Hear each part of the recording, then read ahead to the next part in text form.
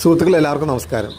നമ്മളൊരു ചെടി, ഒരു പ്രത്യേകിച്ച് പച്ചക്കറി ചെടി ആരോഗ്യത്തോടെ വളർന്നു വരാൻ വേണ്ടി ഏറ്റവും വേണ്ടതൊരു വളം എന്ന് വെച്ചാൽ നൈട്രജൻ വളമാണ്.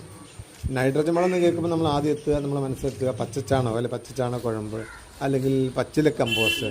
തീർച്ചയായിട്ടും പച്ചില കമ്പോസ്റ്റ് മെയിൻ ഒരു വളമാട്ടോ. അത് തെങ്ങിനാണെങ്കിലും കവുങ്ങിനാണെങ്കിലും മാവിനാണ്. ഇപ്പം നമ്മൾ പച്ചില കമ്പോസ്റ്റൊക്കെ വീടിന് ചുറ്റും ഒത്തിരി ഉണ്ടാവും. അപ്പോൾ പച്ചക്കറി ചെടിയുടെയൊക്കെ ചുറ്റും ചെറുതായിട്ട് ഇളക്കിയതിന് ശേഷം ഈ ശീമക്കൊന്ന ഇലയാണ് ഏറ്റവും നല്ലത്. ശീമക്കൊന്ന, അതുപോലെ തന്നെ കാട്ടപ്പ, അതുപോലത്തെ കമ്മ്യൂണിസ്റ്റ് പച്ച, അങ്ങനെ എന്തൊക്കെ അലിയുന്ന എന്തെങ്കിലുമൊക്കെ ഉണ്ടോ അതെല്ലാം ചുറ്റും വെട്ടി എറിഞ്ഞിട്ട് ചുറ്റും തടത്തിലിട്ട് കൊടുക്കണം. ഇപ്പം മാവിനാണെങ്കിലും പ്ലാവിന് എന്തിനാണെങ്കിലും. പ്രത്യേകിച്ച് പച്ചക്കറിയെ പറ്റി പറയുകയാണെങ്കിൽ നമുക്ക് പച്ചക്കറിയില്ല, നമുക്ക് ഏറ്റവും കൂടുതൽ മുളകാണേലും വെണ്ടയാണേലും വഴുതിനാണേലും അതിന് ചുറ്റും ചെറുതായിട്ട് വേര് മുറിയാതെ ചുറ്റും ഇളക്കി ശേഷം ഈ പരമാവധി ചെറുതായിട്ട് മുറിച്ചങ്ങ് ഇട്ട് കൊടുത്തേക്കണം.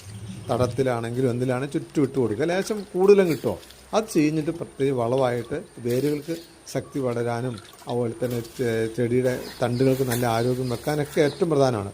പൂ ഇടുന്നിടം വരെ ഈ നൈട്രജൻ വളം ഇടയ്ക്കിടയ്ക്ക് ഇട്ട് കൊടുക്കുക. പിന്നെ അതിന് മുകളിലേക്ക് കുറച്ച് പച്ചച്ചാണക കുഴമ്പ് കൊണ്ട് വെച്ച് കൊടുത്തേക്കുക. നമ്മൾ ഭയങ്കര റിസൾട്ടായിരിക്കും. ഇതൊക്കെ നമ്മൾ അനുഭവത്തിലൂടെ ആട്ടോ പറയുന്നത്.